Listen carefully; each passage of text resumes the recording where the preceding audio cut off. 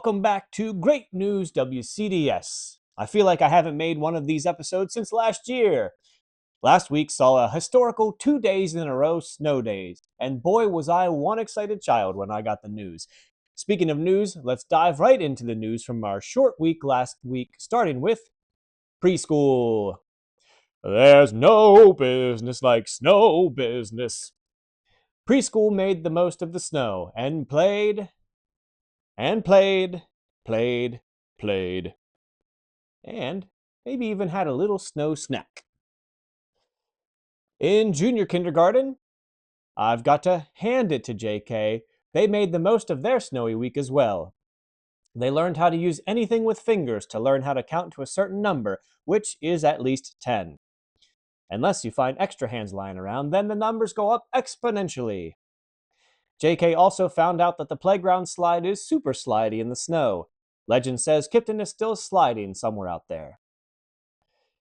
In senior kindergarten, ice, ice, baby, doo-doo-doo-doo-doo-doo-doo-doo.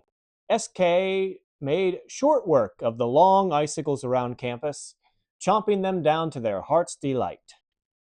Then they got asked, "What haven't you learned yet?" After the shouts of astrophysics and quantum mechanics died down, they settled on a more broad science theme for their next series of lessons, so stay tuned for everything that has to offer. And of course, sledding. In first grade, after hitting the slopes at Jim's sled school, first slid right into learning by learning where the Arctic is and studying the kinds of animals that live there. Also, their pumpkin jack juice is almost ready to drink. Just another few weeks and we will all be enjoying a cup of this delicious elixir. In second grade. By second grade, you've seen it all and done it all. What better way to share your life journey with others than with a memoir? Second grade has delved into the world of memoirs, so look for those to hit bookshelves just in time for spring. Also, Joseph, Hudson, Cash, and Hazel got the opportunity to run morning meetings, so now we have permanent all-day recess, much to the chagrin of Cash, who wanted all-day lunch. In third grade, after taking Monday and Tuesday off, third grade didn't even bother to show up on Wednesday, leaving the rest of the team scrambling to cover their shift at the counter.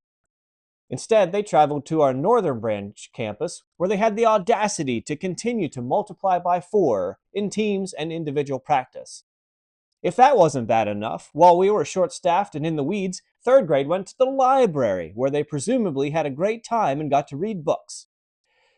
Consider this your verbal warning, third grade. Next time you take 2 days off, you'd better come back on the third day. Up next is fourth grade.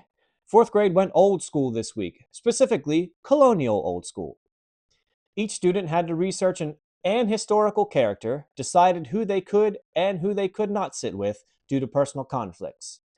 Not surprisingly, most of the colonists were not able to sit with poor old King George III. Wonder why. Mrs. McFadden's middle school cooking elective supplied the period-appropriate food, including my favorite, venison stew. Oh dear.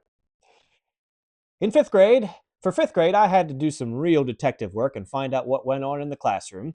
I know for sure that drama in fifth grade has started working on an original song contest about WCDS. The winning song may get turned into something exciting.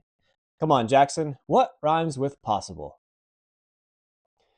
Fifth has also started traveling the Oregon Trail, and I'm sure no one was quite prepared to start off their journey 2 days behind due to snow. I always died of dysentery. Middle school. Oh, say, can you see? Seriously, can you see? Good. Middle school has started working with Miss Chelsea on the national anthem that they will be singing at the start of a Nailers game at the end of March. More details to follow. They also sled rod? Anyway, they took sleds down a hill. And with that, we have reached our kind kid. Oh, say can. Remember, our kind kid is someone who exemplifies what it means to be a great student at Wheeling Country Day School. And this week, I would like to nominate myself, Lena Martinez, in second grade. Lena always has a smile on her face. She is always polite and says hi to me, and it's just great to be around. Good job, Lena. And we've reached our words of wisdom. Our words of wisdom this week come from none other than Mr. Samuel Clemens.